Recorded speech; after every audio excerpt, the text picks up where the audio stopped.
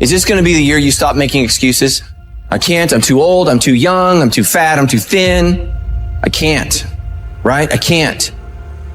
I hear this all the time. All the reasons that you can't do something. Don't tell me you can't. Don't give me excuses. What's the reason you've given yourself why you can't be successful and you can't be better? There are people out here that could be more successful, but you have thought your way into a depression. You have thought your way into gravitating and moving into the direction of anything and anybody that's negative. Everything about your life that you've decided that you want it for yourself is so negative, but yet you're expecting to produce positive results. And it doesn't stop if you don't make it stop. So recognize the excuses are not valid. They aren't. They're trumped up. They're conjured up. They're fabricated. They're lies. And how do you stop the lies? You stop the lies with the truth. And the truth is, you have time, you have the skill, you have the knowledge and the support and the willpower and the discipline to get it done. A lot of you are trying to find inspiration and motivation with a depressed mindset. You're depressed because you're not doing it with yourself. You don't find inspiration by not living in the grip of life. You need to live in the grip of life to find inspiration. Put challenges in front of yourself. When you put a challenge in front of yourself and you attack it, that's when you find inspiration. If you want all these things in life and you're just thinking that by some miracle of life it's going to magically happen, you got to wake up. The only way to get what you want in life is to get to work and go and get it. To look at all your adversity and all the excuses square in the face and push yourself out of your comfort zone to achieve what you want. I'm not going to allow things that I have no control over to control me. The only way to go about doing the work is get raw and get intense, get angry and aggressive, and make it happen for yourself. These test days, guys, these are the days that test your qualities. They test your characters. They test who you think you are. They test your fortitude. They test your endurance, your discipline, your grit, your dedication, your determination, your mental toughness, your character. Everyone wants to feel like a winner. And feeling like a winner requires that you win. You get the feeling of the winner by completing a task 100. When you do this repeatedly, eventually you develop the habit of completing the tasks that you begin. When this habit of task completion locks in, your life will begin to improve in ways that you cannot today imagine. In psychology, the reverse is always true. The incomplete action is a major source of stress and anxiety. In fact, much of the unhappiness that people experience is because they have not been able to discipline themselves to follow through and complete an important task or responsibility. If you have ever had a major assignment that you have been putting off, you know what I am referring to. The longer you wait to get started on an assignment, and the closer the deadline approaches, the greater stress you experience. It can start to keep you up at night and affect your personality.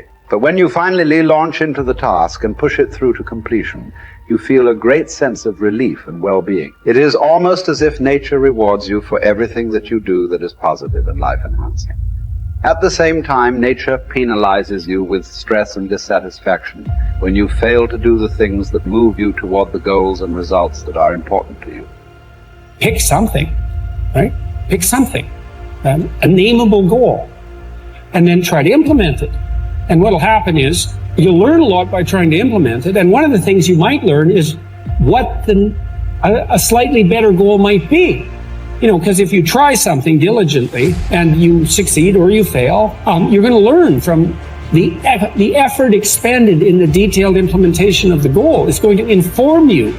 It'll also transform you physiologically. It does that at a very basic level, neurophysiological level. You will be slightly different as a consequence of the attempt. And what that'll mean is that the next goal you pick will be a little more suited to you. And so it's this kind of pathway, right? It's like maybe the goal you should be attaining is here, but you don't know that because you're clueless. And so you aim there. Well, it's better than there. And it's not nothing. It's not cessation of movement. And, you know, if you're supposed to go there and you go here, but you walk diligently towards it, you're a little closer once you get to here than you were here.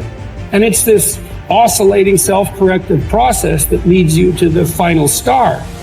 And you have to be willing to engage in erroneous experimentation to manage that, but it is a self-correcting process. And so one of the things I always talk to my clients about is, well, let's try something, you know, and we'll reserve to ourselves the right to alter our trajectory. And then I would use as a corrective there, because you might say, well, how do you know when you're not just giving up, right? Instead of thinking maybe you need a different goal. And I would say, well, you can, if you're really concerned about your proclivity for self-deception, you can enter into a contract with yourself that you won't replace any goal you've set with a goal that's easier. And so you can switch your goal, but it has to be a little harder so that you check yourself against that tendency to withdraw and avoid and be self-deceptive. And that works like a charm. And if you do that with some degree of diligence, your goals will get better and more attainable, and you'll get happier too, because you don't experience happiness except in relationship to a goal. And that's really worth knowing. You know, and that's another thing to think about too. If your life is meaningless, well, you're not pursuing a valued goal. I mean, you might be depressed too, and sometimes that can be like an illness, you know, or something that is really wrong with you. But a good rule of thumb is that if you find no joy in life, there's a very low probability that you're pursuing a goal that you regard intrinsically, like in the depths of your temperament, as worthwhile. And that's technically true, because we do in fact experience most of the positive emotion, let's say, that's associated with emotions like joy. We experience that in relationship to a goal. So, well, then you want to find a goal that regulates your negative emotion and that brings you a certain amount of positive emotion and that expands your competence as you pursue it. And you will experience that as meaningful. That's really what meaning signals. Meaning signals you're doing all those things. You say, well, that's not real. It's like, don't listen to the semantic chatterbox so much, right? There's levels of you that are far wiser than that. And you can watch what happens to you instead of noticing what you think. The way that you develop courage and confidence is with knowledge and skill. Most fear and doubt arises out of ignorance and feelings of inadequacy of some kind. The more you learn the things you need to know to achieve your goals, the less fear you will feel on the one hand, and the more courage and confidence you will feel on the other. Think about learning to drive for the first time. You were probably extremely tense and nervous and made a lot of mistakes. You may have driven erratically and been a danger to yourself and others. But over time, as you mastered the knowledge and skills of driving, you became better and better and better, and your confidence increased. Today, you can quite comfortably get into your car and drive across the country with no fear or worry at all. You are so competent at driving that you can do it well without even thinking about it. The same principles apply to any skills you need to learn to achieve any goal you can set for yourself. There's some times where the mind gets overwhelmed and you cannot slow it down, but by these certain tools I developed, by not allowing your mind to get away from the moment. You have to think about the exact moment that you're in. But I saw when I was younger, the moment became too big. When it became too big, I spazzed out and I would quit. But now I don't think about even like an hour from now, I'll be eating. I don't even go there. Because then your mind, no, we must embrace this, because now you have to be a leader in this moment. It's not about you just getting through it. I had 5 guys, and 6 including me, in my boat crew.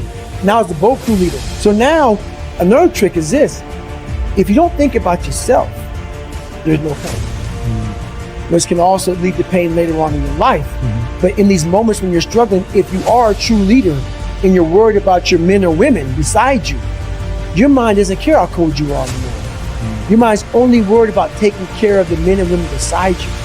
So I started realizing, man, if I take care of these cats to my left and my right in the worst moments, my mind is no longer thinking about, you're miserable, David Goggins, get the hell out of here. You think about, how is John, how is Andy, how is Sam, how is Pete, how are you guys doing? You're not thinking about me.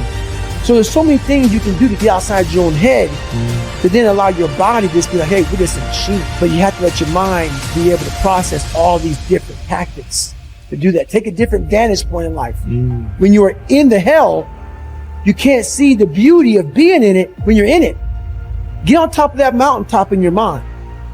Get up that mountaintop and look down on what you're doing. You can see a whole different world, and that world is beautiful. But you gotta get a different vantage point in the suck. Don't be in it. Spiritually, get out of it. Get that soul. Look down on what you're doing. Be amazed by the process of where you're at now and where you came from.